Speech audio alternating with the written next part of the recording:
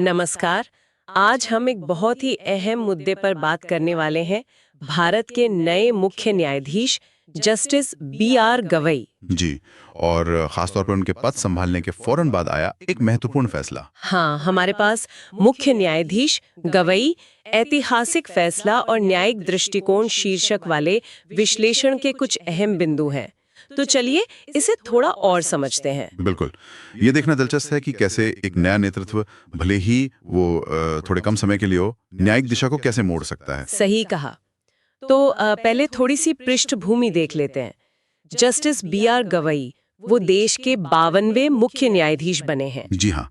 और राष्ट्रपति द्रौपदी मुर्मू जी ने उन्हें शपथ दिलाई।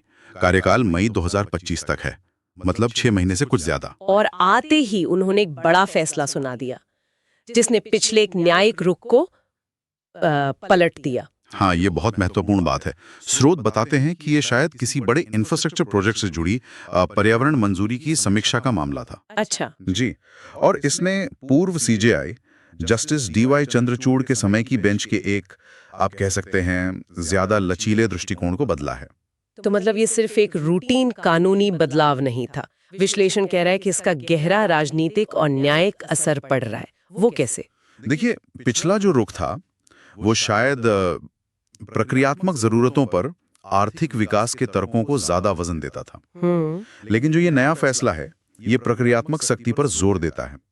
तो इसका असर भविष्य के बड़े प्रोजेक्ट्स पर पड़ सकता है। यानी पर्यावरण संरक्षण नियमों को मजबूती मिलेगी। हाँ, एक तरह से वो मजबूत हो सकते हैं, लेकिन दूसरी तरफ विकास की गति को लेकर कार्यपालिका के साथ थोड़ा तनाव भी पैदा हो सकता है। समझी। तो ये न्यायपालिका और सरकार के बीच के संतुलन का मामला बन जाता है। बिल्कुल, एक बहुत नाजुक संतुलन। ये वाकई में काफी दिलचस्प है कि एक फैसला इतने सारे पहलुओं को छू सकता है। अच्छा, विश्लेषण में सीजेआई गवाई के एक खास दृष्टिकोण का भी जिक्र था, कुछ अलग सा। हाँ, ये बात ध्यान खींचती है। उनका नजरिया थोड़ा अनूठा बताया जा रहा है।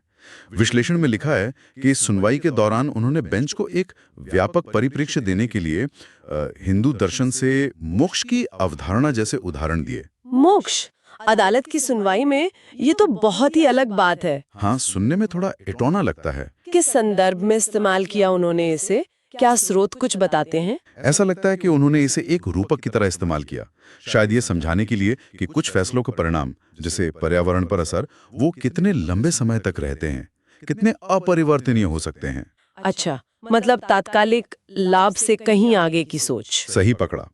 ये दिखाता है कि वो मामलों को सिर्फ कानूनी धाराओं या नियमों तक ही सीमित नहीं रख रहे हैं, वो उनके गहरे सामाजिक और दार्शनिक परिणामों पर भी सोच रहे हैं। तो ये सिर्फ एक फिलोसॉफिकल बात नहीं थी, बल्कि उनके तर्क को एक अलग गहरा आयाम देने की कोशिश थी।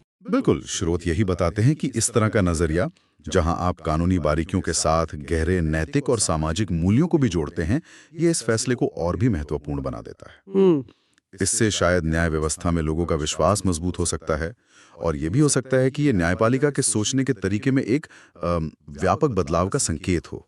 तो अगर हम पूरी बात को समेटें, एक नए मुख्य न्यायाधीश आते हैं, कार्यकाल भले ही छोटा हो, लेकिन आते ही एक महत्वपूर्ण पिछले निर्णय को बदल देते हैं। जी। और ऐसा करते हुए एक ऐसा न्यायिक दृष्टिकोण सामने रखते हैं जो पारंपरिक कानूनी दायरे से आगे जाकर सामाजिक, सांस्कृतिक और यहाँ तक कि दार्शनिक पहलुओं को भी शामिल करता है। निश्चित रूप से ये भारतीय न्यायपालिका के लिए एक, आप कह सकते हैं, विचारणीय क्षण है।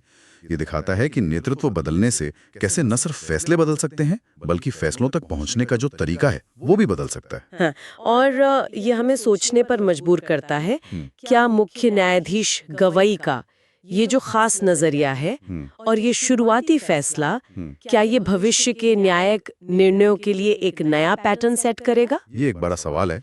क्या हम भारतीय न्याय शास्त्र में एक नए अध्याय की शुरुआत देख